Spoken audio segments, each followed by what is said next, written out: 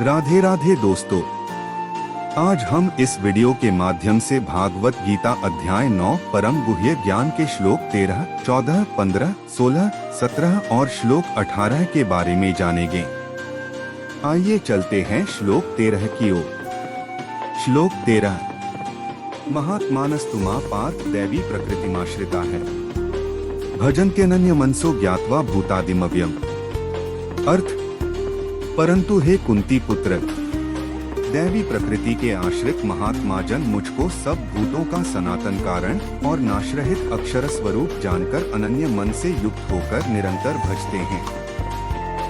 व्याख्या: इस श्लोक में श्री कृष्ण अर्जुन से कहते हैं, हे पार्थ अर्जुन, महात्मा लोग जो दैवीय प्रकृति को अपनाते हैं, मेरी भक्ति करते हैं, वे मुझे अविनाशी और संपूर्ण प्राणियों का आदिकारण मानते हुए अनन्य भाव से मेरी आराधना करते हैं।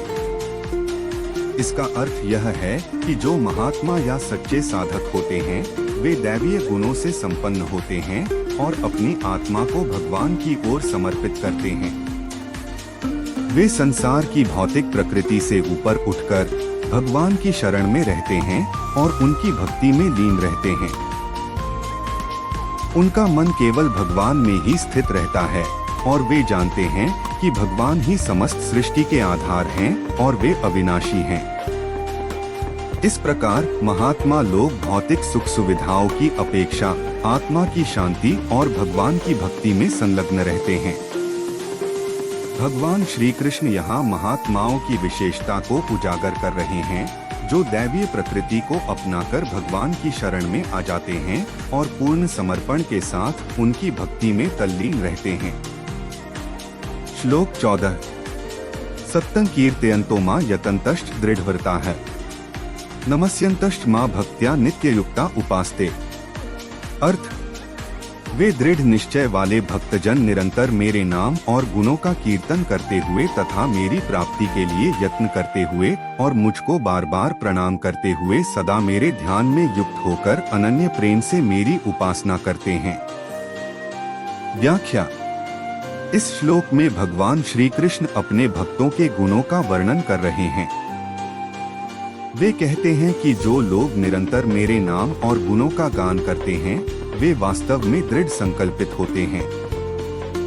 उनके संकल्प इतने दृढ़ होते हैं कि वे अपने उद्देश्य से कभी विचलित नहीं होते।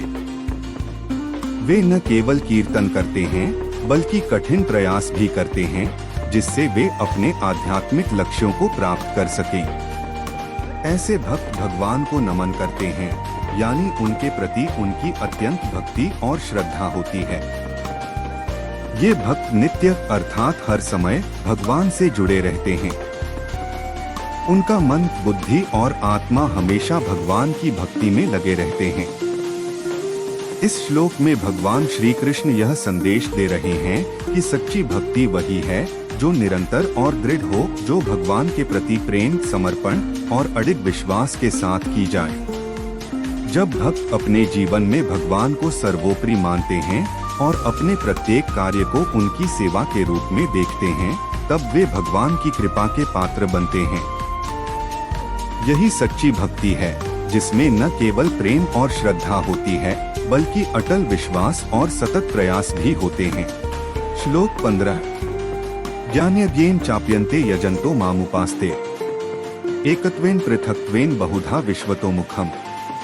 अर्थ: दूसरे ज्ञानयोगी मुझ निर्गुण निराकार ब्रह्मा का ज्ञान यज्ञ द्वारा अभिन्न भाव से पूजन करते हुए भी मेरी उपासना करते हैं, और दूसरे मनुष्य बहुत प्रकार से स्थित मुझ विराट स्वरूप परमेश्वर की पृथक भाव से उपासना करते हैं।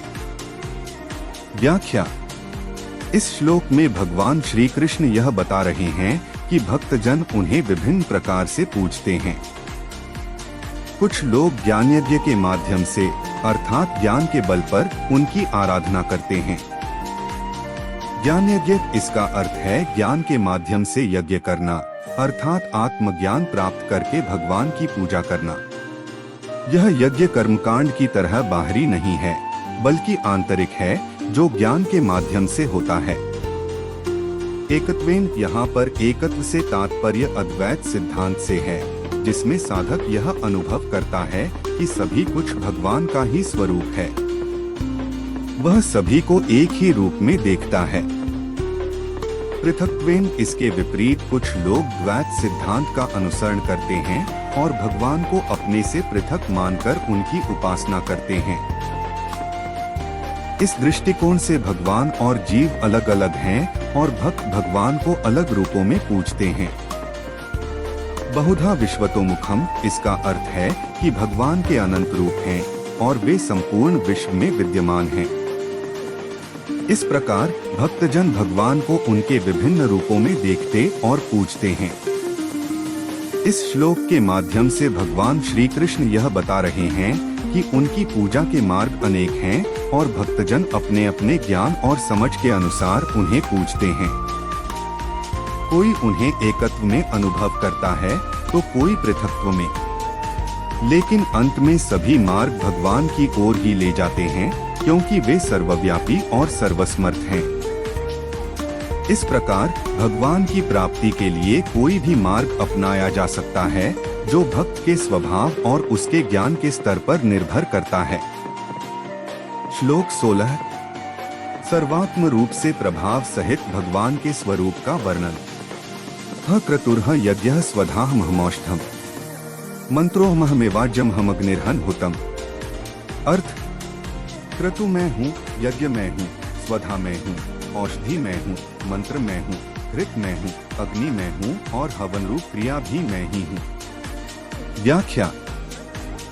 इस श्लोक में भगवान श्री कृष्ण स्वयं की महत्ता और सर्वव्यापकता को व्यक्त कर रहे हैं।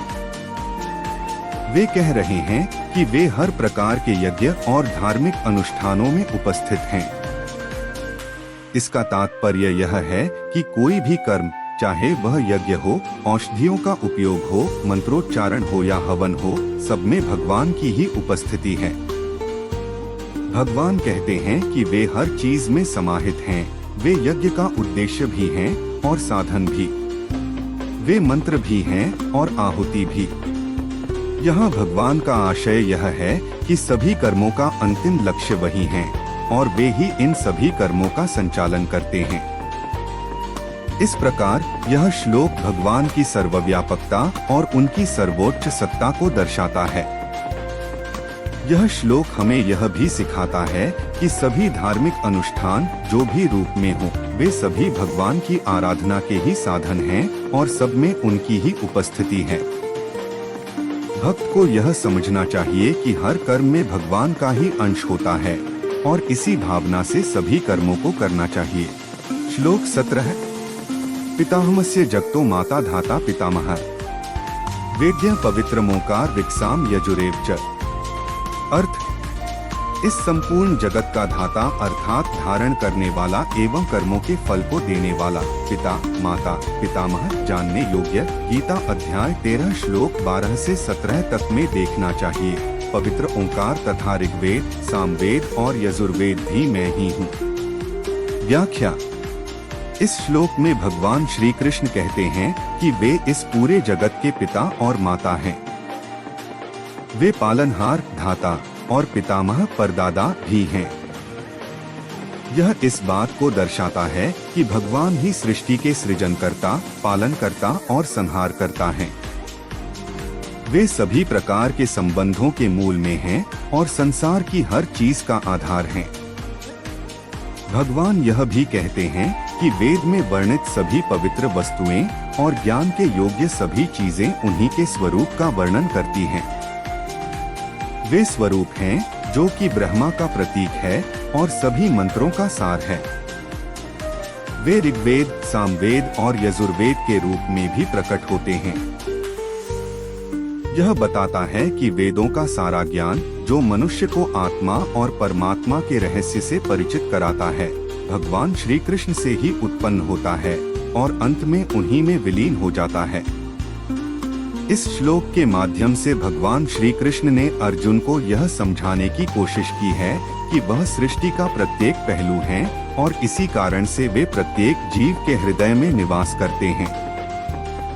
यह ज्ञान आत्मा के परमात्मा से एक रूपता की अनुभूति कराता है जिससे व्यक्ति समस्त भौतिक बंधनों से मुक्त हो जाता है। श्लोक 18। गतिर्भर्ता प्रभुः साक्षी निवासः शरण सुहृद प्रभवः प्रलय स्थान निधान बीजम व्ययम्। अर्थ, प्राप्त होने योग्य परम धाम, भरण पोषण करने वाला, सबका स्वामी, शुभाशुभ का देखने वाला, सबका वासस्थान, शरण लेने योग्य, प्रत्युपकार न चाहकर हित करने वाला, सबकी उत्पत्ति प्रलय का हेतु, स्थिति का आधार, निधान, प्रलय काल में संपूर्ण भूत सूक्ष्म रूप से जिसमें लय होते हैं उसका नाम निधान है, और अविनाशी कारण भी मैं ही हूँ। व्याख्या। इस श्लोक में भगवान श्री कृष्ण ने अपनी महानता और सर्वव्यापकता का वर्णन किया है। वे कहते हैं कि वे ही सब प्राणियों का अंतिम लक्ष्य हैं, अर्थात सभी जीव उन्हीं की ओर लौटते हैं। वे पालनकर्ता भी हैं, अर्थात वे अपने भक्तों का पालन पोषण करते हैं। प्रभु के रूप में वे संसार के स्वामी हैं, जो सब कुछ नियंत्रित करते हैं। साक्षी के रूप में वे प्रत्येक जीव के कर्मों के साक्षी हैं, जो बिना किसी भेदभाव के सभी को देखते हैं। भगवान निवास स्थान हैं, यानी सभी जीव उनके ही भीतर निवास करते हैं। वे शरणदाता हैं, जो संकट के समय में अपने भक्तों को सुरक्षा प्रदान करते हैं। भगवान सच्चे मित्र हैं, जो सदैव अपने भक्तों के हित में कार्य करते हैं। वे ही सृष्टि के प्रारंभ का कारण हैं और विनाश का भी कारण हैं।